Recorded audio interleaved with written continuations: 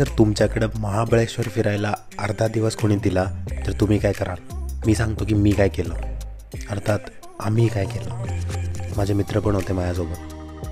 तसं तर महाबळेश्वरमध्ये 15 ते 20 ठिकाणं आहेत जे नीटपणे बघायला कमीत कमी 3 दिवस लागतात, पण तुमच्या भावाकडे होता अर्धा दिवस. त्यामुळं जराही वेळ न घालवता मी जवळचे 4-5 ठिकाणं निवडली. तर सकाळी मरणाच्या थंडीत 10-15 अलार्म्स झाल्यावर तुमचा भाऊ उठतो आणि निघतो, जसं की तुम्ही बघू शकता. तर मंडळी चाललो आहे आम्ही एका ठिकाणी. आय होप काहीतरी दिसेल मला, कारण सकाळचे वाजले 7:30 आणि फट्टे थंडी आहे. हॅपी सकाळी सकाळी खायला लागले कारण पेस्ट विसरलो घरी. होत आहे. आता मेन टास्क आहे की आमची बाईक सुरू करायचं.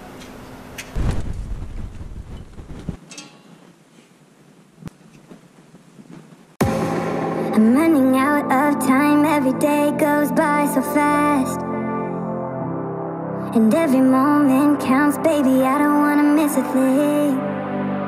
We can sleep under the stars, we can sleep under the stars, or hang out.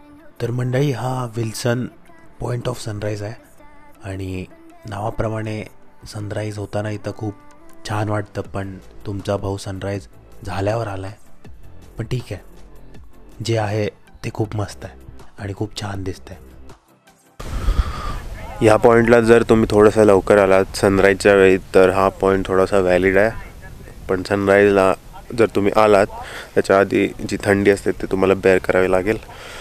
आम्हाला ती करायची नव्हती किंवा थोडासा वेळ झाला, त्यामुळं थोडा सनराईज नंतर आलो. बट फाईन, छान आहे.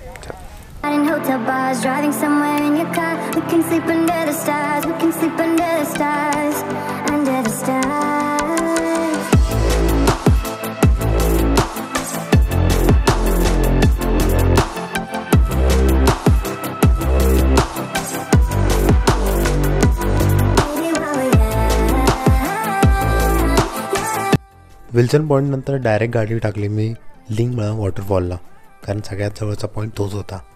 पर हेड 20 रुपये तिकीट काढल्यावर तुम्हाला आत सोडतात. थोडंसं खाली पायऱ्या उतरून गेल्यावर तुम्हाला डाव्या साईडला 100 मीटरवर डो दिसेल आणि 500 मीटर राईट साईडला म्हणजे उजवीकडं धबधबा असं लिहिलेलं दिसेल.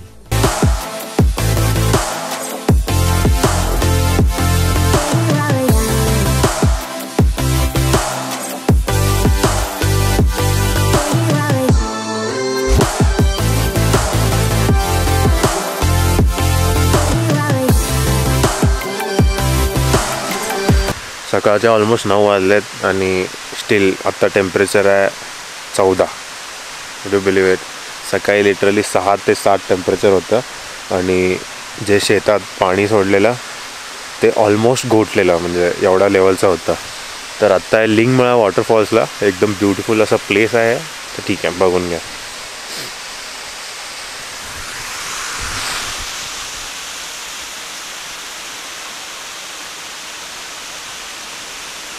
इथे फोटोग्राफी आणि व्हिडिओग्राफी दोन्ही पण खूप छान होते. जर तुम्हाला कशातच इंटरेस्ट नसेल आणि फक्त निसर्गाचा आस्वाद घ्यायचा असेल तर ही प्लेस सगळ्यात बेस्ट आहे.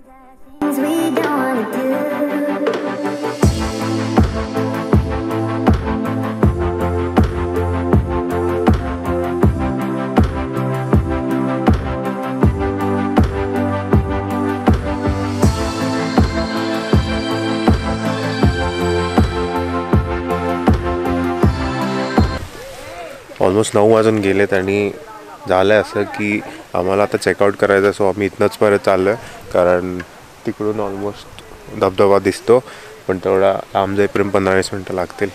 सो आम्हाला रूमवर कसं पण करून 9:30पर्यंत पोचायचं आहे. तर ठीक आहे, नेक्स्ट टाईम. फोटो तर बघितलंच असाल आणि तसं पण मॉन्सूनमध्ये चांगला दिसतो धबधबा. आता खूपच कमी पाणी आहे.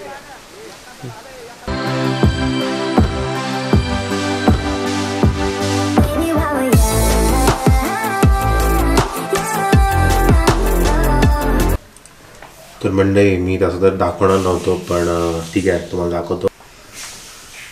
ही माझी छोटीशी रूम आहे आणि पसारा बघू शकता. आता रेडिओ निघतोच आहे. असं काही दाखवण्यासारखं नाहीच आहे या रूममध्ये.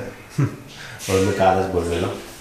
रूम चेकआउट करून डायरेक्ट पोचलो आम्ही वेण्णा लेकला.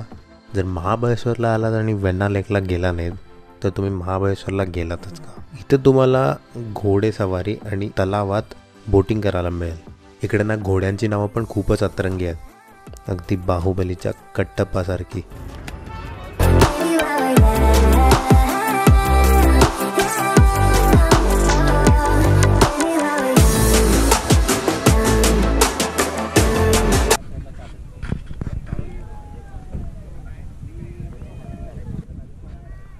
घोड्याची विली मारताना आधी थोडासा झटका बसेल, पण नंतर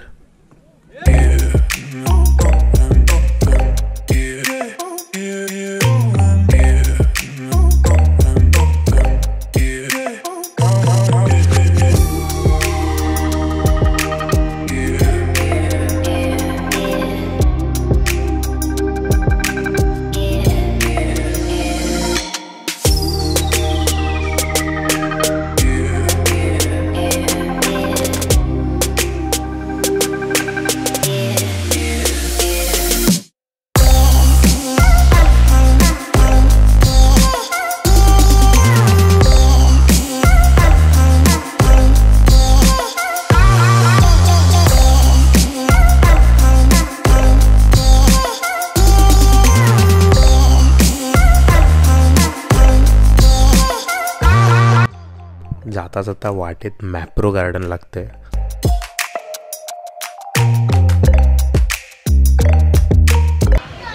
मॅप्रोला येऊन जर तुम्ही सिझलिंग ब्राउनी ट्राय नाही केलात तर मॅप्रोला का आला.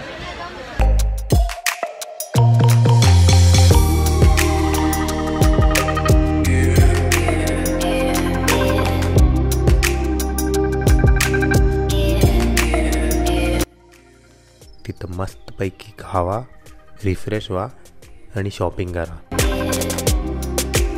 कारण मॅप्रोचे प्रोडक्ट्स पूर्ण महाराष्ट्रात नाही, पूर्ण देशात फेमस आहेत.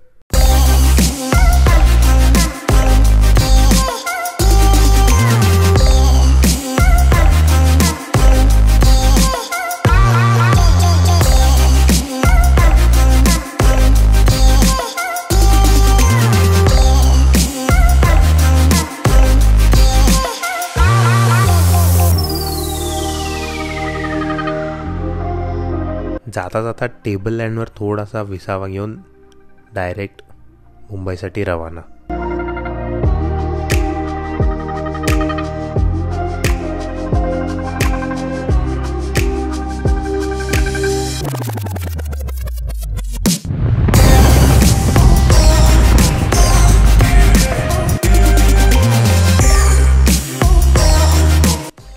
असा होता आपला अर्धा दिवस महाबळेश्वरचा. आय होप तुम्हाला आवडला असेल.